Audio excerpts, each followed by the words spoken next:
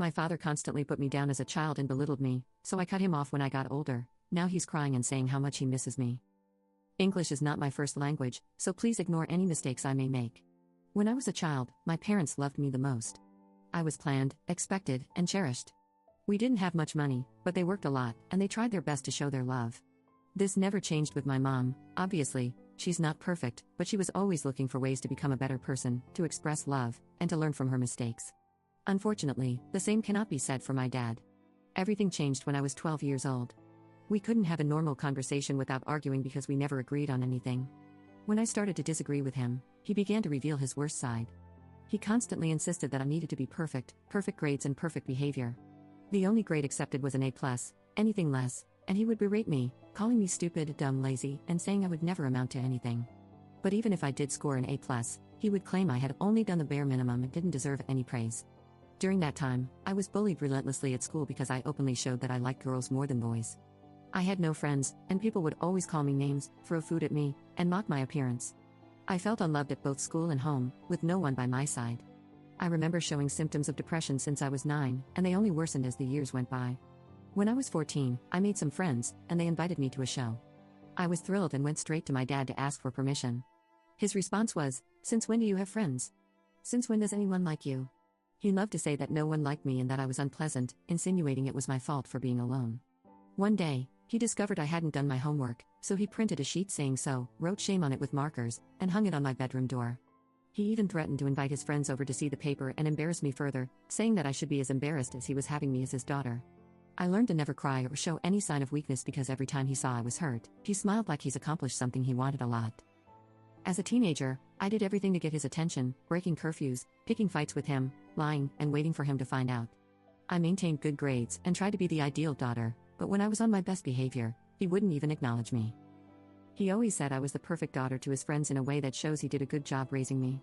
He never accomplished me when I was accepted in college, but told all of his friends I was smart. To people outside, he seemed like the perfect dad who raised the perfect kid, but at home I was just lazy and stupid who would grow up to be nothing. I later learned from my therapist that is what you call a narcissist, so that's explained a lot. When I turned 20, I met my girlfriend, and we decided to live together. I left my parents' house and vowed never to speak to him again. And to be clear, my father had never really cared about my orientation. He had despised me long before that.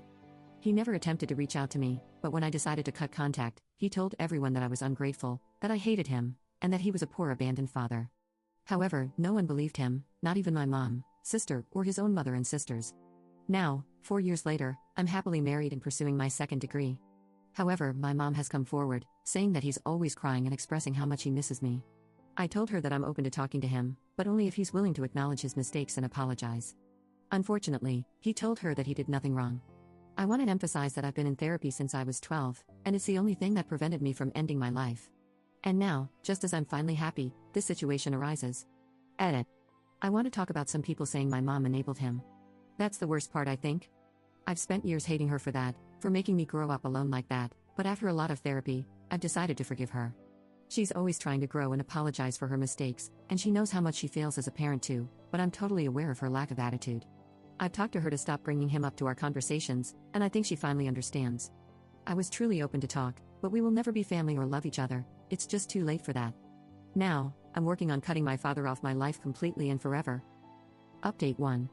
First of all, I want to say thank you for all the lovely words you guys sent to me.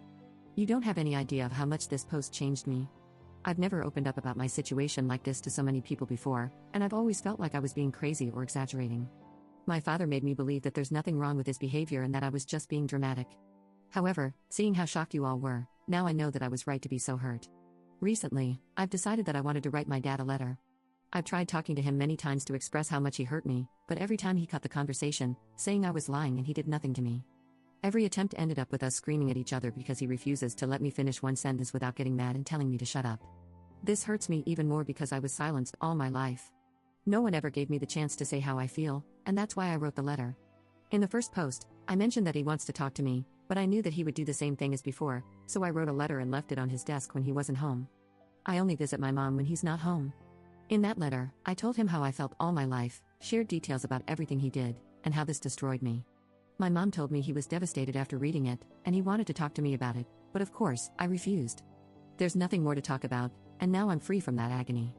I feel so much better and relieved that I was able to spend Christmas with my mom, and his presence was irrelevant. I've spent so many special days without my mom and sister because I couldn't be in his presence without crying, and now I'm fine and happy. Thank you so much, everyone.